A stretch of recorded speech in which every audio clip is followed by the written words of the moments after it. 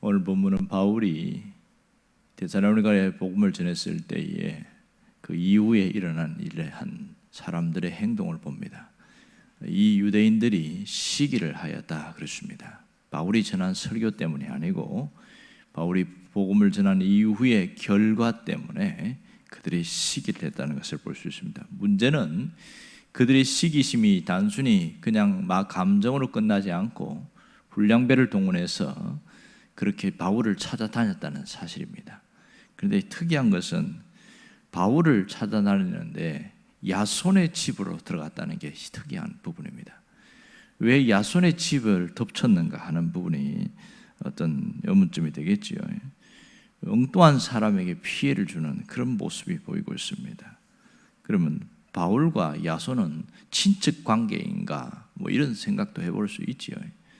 사실 바울과 야손은 전혀 만날 수 없는 그런 사람이었습니다. 바울은 아시아에서 태어나서 아시아 대륙에서 그렇게 활동을 했고 야손은 유럽에 있는 사람입니다. 전혀 만날 수도 없는 사람이었습니다. 바울은 유대인이고 야손은 이방인이었습니다. 그러니 아무런 관계가 없지요. 오늘 6절에 보면 발견하지 못함에 이렇게 말합니다. 바울을 발견할 수가 없었다 그렇게 말합니다. 그러면 그냥 돌아가야 되잖아요. 그런데 6절과 7절 사이에 보면 야손과 및 몇몇 형제들을 끌고 갔다 이렇게 이야기합니다. 그러니까 이 야손에 있는 그 야손과 함께 또 다른 그리스도인들이 있었는 모양입니다. 그들을 함께 끌고 갔습니다. 정말 억울한 일이라고 할 수 있지요. 그럼 이들은 왜 이런 짓을 했는가 하는 것이죠. 자, 여기서는 그들의 거짓 모함 때문임은 우리가 분명히 알고 있습니다. 그 속에 숨겨진 진실이 있습니다. 우리가 주목할 부분도 바로 이 부분인 것이죠. 이 숨겨진 진실, 야손의 입장에서는 억울한 누명을 쓰고 간 것인데 사실 이렇게 된 것은 바울이 야손의 집에 얼마간 머물러 있었기 때문에 그걸 가지고 그렇게 누명을 씌운 것이라고 할 수 있습니다. 바울은 여기에서 데살로니가에서 야손의 도움을 많이 받은 것은 사실입니다. 그럼 여기서 야손이 누구인가를 잘 알아야 됩니다. 야손은 바울의 협력자였다 이렇게 할 수 있죠. 데살로니가에서 숨겨진 헌신된 조력자였다는 것을 알 수가 있습니다. 사실 바울은 유럽으로 올 생각조차도 할 수 없었는데 하나님께서 극적으로 마게도냐 사람 환상을 보여주어서 여기까지 오게 되었습니다. 이 성경에서는 오늘 야곱의 나이나 직업이나 가족이나 그런 것에서는 전혀 오늘 정보를 제공하지 않습니다. 왜냐하면 별로 중요하지 않기 때문이거든요. 그러나 그가 바울의 설교를 듣고 그리스도인이 되었기 때문에 오늘 이 야손의 집에 바울이 머물러 있었던 것을 충분히 알 수 있습니다. 7절에 보면 야손이 그들을 맞아들여도다. 지금 이 유대인들과 불량배들이 하는 소리입니다. 야손이 그들의 집을 그들을 맞아들였다. 그러니까 맞아들이다는 이 단어를 보면 이 헬라어 단어가 영접하다, 환영하다 이런 뜻을 갖고 있어요. 그러니까 야손이 바울 일행 실라와 디모데 이 세 사람을 기꺼이 자기 집으로 모시고 와서 어느 정도 머물러 있었음을 알 수 있습니다. 대부분 성경학자들은 바울이 데살로니가에서 3주간만 있었던 것이 아니고 수개월 있었다 이렇게 보고 있습니다. 그렇다면 야손의 집에서 적어도 한두 달 이상은 살았을 것이다 그렇게 짐작할 수가 있습니다. 그런 거 보면 오늘 여기서 우리가 중요한 것을 깨닫게 되는데 이 바울의 사역에는 가는 곳마다 숨겨진 조력자가 있었음을 알 수 있습니다. 헌신된 조력자가 있었기 때문에 오늘 바울이 여기까지 올 수 있음을 우리가 충분히 알 수가 있습니다. 그래서 바울이 고린도전서 15장에 뭐라고 하냐면 나의 나 된 것은 하나님의 은혜로 된 것이다 이렇게 말합니다. 자기가 여기까지 이루었고 모든 것이 하나님의 은혜로 되었다. 그는 이렇게 고백합니다. 정말 주님의 은혜가 임하였기 때문에 바울이 수많은 사람 통해서 사역을 잘 완주할 수 있었습니다. 바울이 처음 예수 믿었을 때에 우리가 잘 압니다. 그가 이 정오의 강렬한 빛에 일시적으로 맹인이 되어버렸습니다. 이때에 하나님이 누구를 보냅니까? 아나니아라는 사람을 보냅니다. 그를 보내서 안수를 받게 했고 그리고 눈을 뜨게 되어집니다. 그가 다메섹에서 이제는 기독교로 개종한 이후에 거꾸로 이제 예수를 전하니까 다메섹에 있는 유대인들이 들고 일어나지요. 그때 누구가 바울을 도왔냐면 다메섹에서 이미 예수를 믿고 있는 그리스도인들이 있었습니다.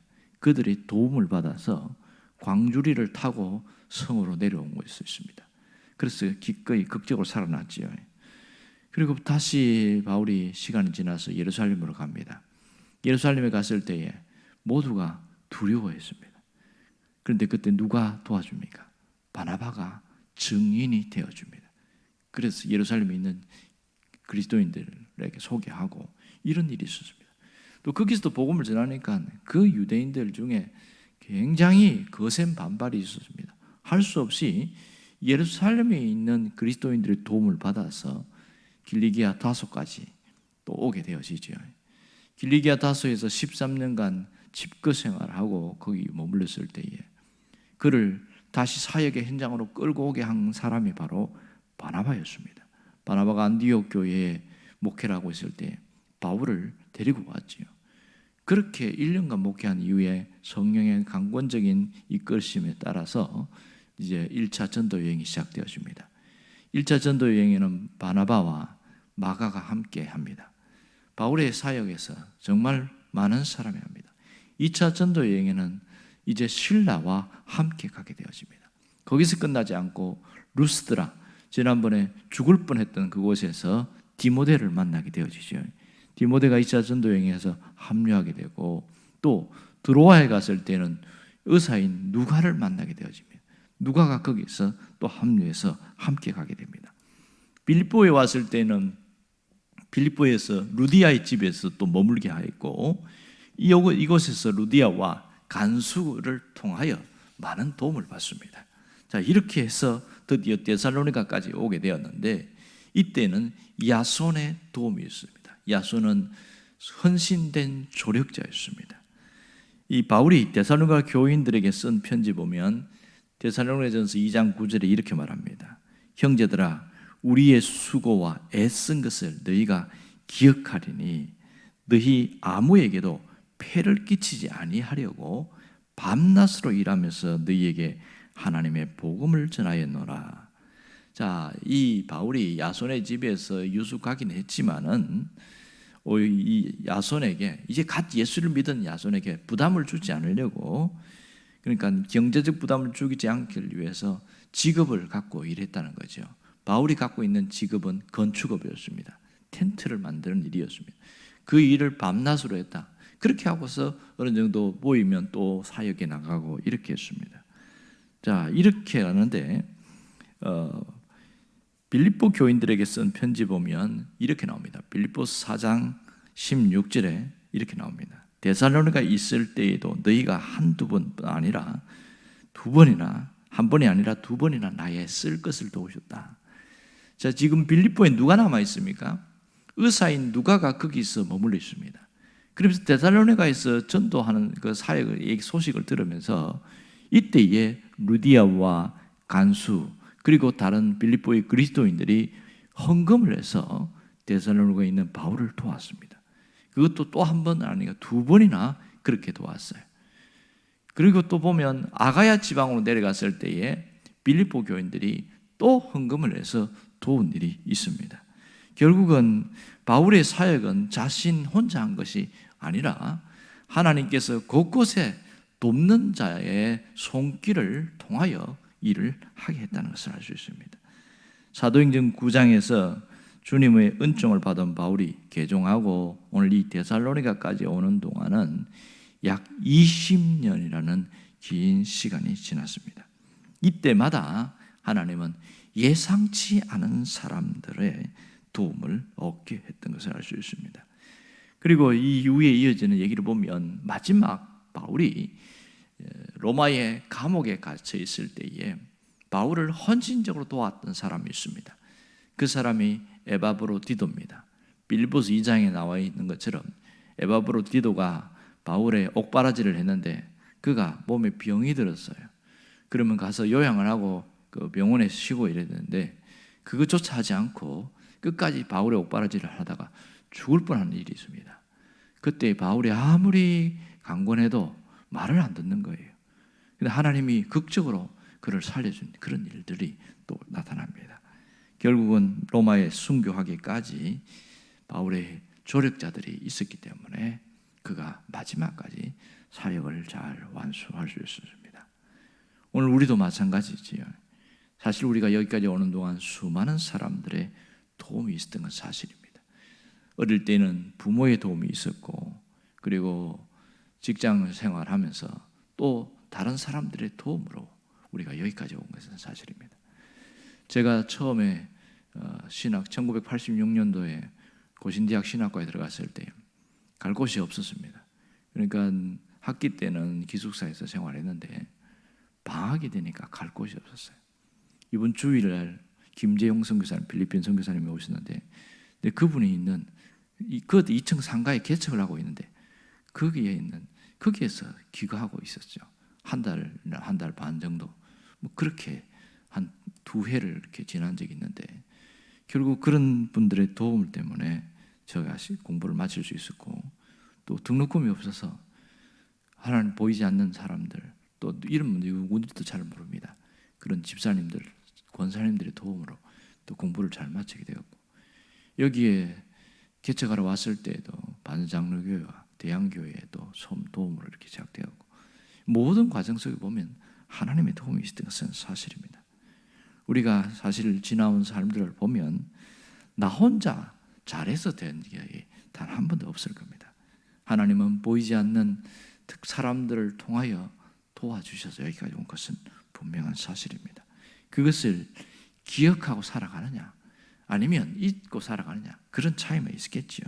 오늘 우리는 도움의 손길을 통해서 여기까지 온 하나님을 기억할 뿐만 아니라 우리를 도와준 사람들을 기억할 수 있어야 됩니다. 이럴 때면 바울에게는 아나니아와 바나바, 마가, 실라, 디모데, 누가, 루디아, 야손 이런 사람들이 있었던 것처럼 우리가 살아온 여기까지 수많은 사람들이 함께했던 것을 알 수 있습니다. 결국 우리의 삶도 돌아보면 바울과 같은 고백을 하게 되지요. 나의 나 된 것은 하나님의 은혜로 된 것임을 고백할 수밖에 없습니다. 그러므로 오늘 우리가 무슨 결심을 해야 됩니까? 이제 내가 살아가는 동안 나를 도와준 자, 그를 도와준 자가 있는 것처럼 나도 누군가의 조력자가 되어야 되겠다. 그런 결심이 있기를 바랍니다. 그리고 우리의 삶을 주님을 위해서 마지막까지 내어드리는 그러한 자가 되기를 바랍니다. 주님은 우리의 삶이 낭비되기를 원치 않습니다. 우리의 삶 하나하나가 다 주님의 생명책에 기록되어지는 그런 은혜로운 삶을 살기를 원하고 있는 것이지요. 은혜의 손길이 수많은 보이지 않는 거미줄로 엮여진 것처럼 우리가 여기까지 온 것을 압니다. 남아있는 삶이 더 아름다워지려면 우리의 삶을 값지게 보내야 됩니다. 지난 시간 사사기 16장에 나오는 삼손에 대한 이야기를 했는데 삼손이 히브리서 11장의 믿음의 사람의 반열에 오를 수 있었던 것은 그의 마지막 사역 때문입니다. 그는 꼼짝없이 죽을 수밖에 없는 그 곳에서 주님 앞에 기도합니다. 하나님, 이번만 나를 강하게 하옵소서. 이번만 나를 강하게 하옵소서. 그것이 삼손을 삼손 되게 만들었고 그의 사역을 아름답게 만들게 되었던 것이지요. 오늘 우리에게 필요한 것도 그겁니다. 이 하루는 오늘 이 우리의 생애에서 마지막 날입니다. 그러므로 오늘 하루를 나를 강하게 해주세요. 이 기도가 필요합니다.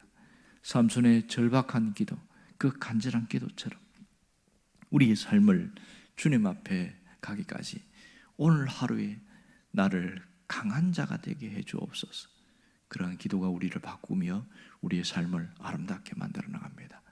여러분이 바울과 같이 마지막 우리가 생을 마무리할 때 나의 나 된 것은 하나님의 은혜로 된 것입니다. 이렇게 고백할 수 있기를 주의 이름으로 축원합니다. 기도하겠습니다.